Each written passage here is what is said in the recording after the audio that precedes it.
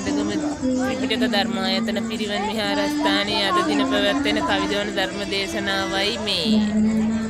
ඔබ කාටත් අසා අනුමෝදන් වෙත්වා. සාදු සාදු සාදු.